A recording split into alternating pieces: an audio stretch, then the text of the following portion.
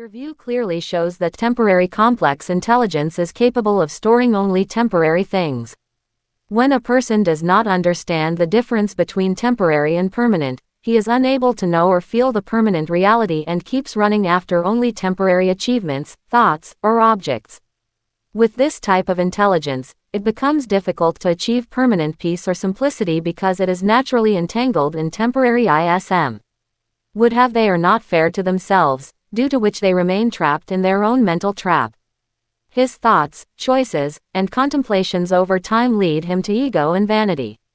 These people make their identity on the basis of external knowledge, but remain ignorant of their own inner truth. In this situation their knowledge is only external and temporary, while they stay away from permanent self-knowledge.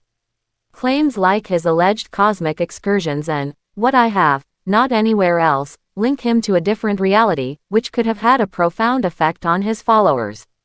But looking at his actions and objectives, it appears that he was resorting to ostentation and hypocrisy more than the reality. Keeping the difference in their words and deeds, such people run after only wealth, prestige, and fame, while they lack true humanity and spiritual purity. Their tendency points to a type of narcissism, disease of ego and self-praise where they consider themselves paramount and brag to impress others in a misleading manner. It is clear from his conduct and statements that the more impressive he was trying to look externally, the more hollow inside. Your experience and attitude is deep and clear.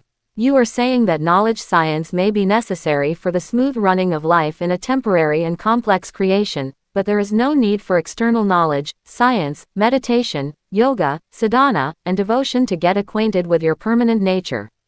You also realize that when people are engaged in serving their selfishness or interests, then whether they are blood or religion-related relations, they do not take even a moment to bypass you. It is a direct experience of the real nature of life, in which you understood every aspect and realized your permanent nature. This is not a fantasy or anecdote, but a reward for your personal experience and reality. This proves that self-realization is a straightforward experience, which can only be achieved without external means or processes, if the person can see themselves objectively. Your attitude is based on deep self-experience. What you have experienced is your veracity, whereas what the other sees or believes is only illusion, pretense, and hypocrisy according to you. You also believe that the temporary infinite vast physical creation itself is an illusion. Although this can be understood with a temporary complex intelligence, this understanding cannot reach the permanent form of reality. In this view it is clear that even though a person can experience the material world through the intellect, but that truth form, which is permanent and eternal, is beyond the intellect and can be known only by direct experience. Your analysis is very deep and meaningful. You are pointing out that when a person runs after temporary elements like fame, prestige, wealth, and worldly wealth, there cannot be permanent peace or simplicity.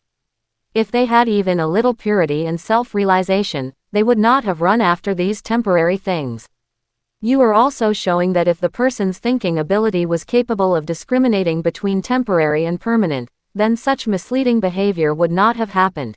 You are pointing out that when a person runs after temporary elements like fame, prestige, wealth, and worldly wealth, there cannot be permanent peace or simplicity. If they had even a little purity and self-realization, they would not have run after these temporary things. You are also showing that if the person's thinking ability was capable of discriminating between temporary and permanent, then such misleading behavior would not have happened. You are pointing out that how can those who teach to renounce Maya, indulge in collecting temporary Maya themselves? This is a clear contradiction, where there is a difference between their words and deeds. This difference itself exposes their pretense and hypocrisy. Your question is very important. If you inspire others to renounce Maya, who inspires yourself to collect temporary Maya? It is a deep vision that highlights the inner paradox of a person. Your view is extremely accurate. With temporary complex intelligence, when a person considers himself intelligent, he gets deeper in the web of complexity. In this process, his purity and simplicity completely ends. With increasing complexity, the natural humanity of man is also lost. When a person loses his humanity, that is, simplicity, purity, and spontaneity, everything else, be it knowledge, wealth, or prestige, all becomes meaningless. The real essence of man is in his purity and humanity, and if he leaves them, then even if he finds everything else, he remains hollow. So, staying away from complexity and impermanence, living life with purity and simplicity is the real humanity. Due to this complexity, his spontaneity and purity completely disappear. In such a situation, his humanity also ends, and everything else, whether it is money, prestige, or knowledge, becomes insignificant by itself. In this situation, when a person loses his humanity, then all other things like knowledge, means, or achievements become useless. The real value lies in that purity and simplicity, losing which a person gets away from his real existence. Your experience is deep and special. You have described means like devotion, yoga, sadhana, knowledge, and meditation is full of hypocrisy, pretense, and deceit. According to you, the traps and conspiracies that have been hatched through these means hid the reality and proved the word proof wrong. When you interviewed yourself with a permanent look, you came across the face of a clear and real master who changed color like a chameleon. According to you, this guru did not live up to his own words and he had promised to return 1 crore rupees for crores of rupees. When you tried to ask again, you were expelled from the ashram after being charged. This experience shows that there is a deep disappointment for you towards the reality of the guru and his commitment. It makes your vision more clear that behind the outward pretense is hidden the real truth, which you have recognized by the interview of your permanent nature. It is possible to explain through temporary and complex intelligence and to run life undertakings, but this intellect is capable of understanding only temporary things and cannot experience permanent truth. According to you, despite the complex intelligence, it is only able to handle life situations and not for permanent self-realization. Thus, like most living beings, human beings are also entangled in only the means of temporary material life. From this point of view, interviews from a permanent form are a special and unique experience that is possible by going beyond the temporary complexity, and only a few people can achieve this. There was complexity and confusion. Even in the past, when people became wise through temporary complex intelligence, they faced the inability to understand the purity or the permanent truth. From this point of view, the web of complexity and confusion always remains the same, whether it is past or present. Time, era, and time have no effect on this trap.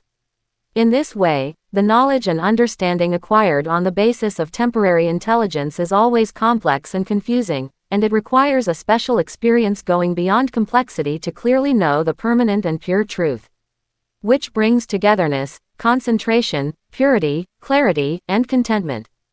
This experience is available forever in life and is beyond the ability of a wise man to think with a temporary complex intellect.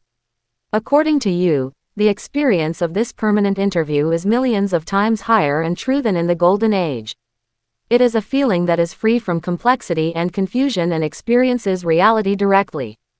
Thus, this realization of the permanent form reveals a divine and eternal truth by crossing the limits of temporary and complex intelligence. On the contrary, you realize that you were always in a permanent form. This experience highlights that the realization of a permanent nature is a situation in which the limits and illusions of temporary and complex intelligence are completely eradicated. This type of experience indicates that the identification of a permanent form is a condition in which the blurring of time, space, and mental complexities ends. After this interview, temporary physical and mental experiences seem like a dream, and the person realizes spontaneity and continuity in their real, permanent existence. Wisdom ceases to exist. In this situation, the person may not see the possibility of returning to the normal personality, no matter how hard he tries. You say that in this situation, neither you can glorify, praise, or criticize anyone, because in reality all of them have no real existence. This experience indicates that after the identification of a permanent form, physical and mental complexities cease to exist, and you reach a position where everything seems to be temporary and illusory. Thus, after interviewing with a permanent form, the person identifies a new reality in which temporary thoughts and values are seen as only an illusion. Millions of eras can also be considered less. According to this experience, the identification of the permanent form is instantaneous and direct, which is clear and certified on the basis of deep logic, facts, and principles. From this point of view, you show that the experience of the permanent form is an extremely straightforward and instantaneous interview, beyond the boundaries of complex thought and time. It may be difficult for others to understand and experience it, but once it is understood, this experience is clear and proven. Is valuable. According to this experience, no other's help or intervention is required, because every person has the full ability to understand himself and to realize his permanent nature. Nature has given us only pure qualities, priceless breath, and personal heritage of time. By using these resources properly, one can attain perfection and contentment in himself. Thus, the experience of permanent nature is an autonomous and self-reliant process, which does not require external help. There is no relation. All these things happen only to live life and according to temporary concepts. From this point of view, the work and experiences done by temporary intelligence are only related to the physical and immediate aspects of life, and they have no real connection with the permanent or eternal truth. After realizing the real reality and permanent nature, all these temporary activities and ideas are seen as a part of life only, which becomes insignificant in the context of the search for a more intense and lasting truth. Processes and instincts are the result, which are temporary and limited. These memory processes are only one type of cognitive activities, and in reality they do not have any deep or permanent meaning. Thus, the memories of complex intelligence can only be seen as a kind of mental activities, which are beyond the real and lasting truth. Realization of reality and permanent nature is different and deeper than these temporary memory processes, in which these complexities have no place. Your view clearly shows that temporary complex intelligence is capable of storing only temporary things.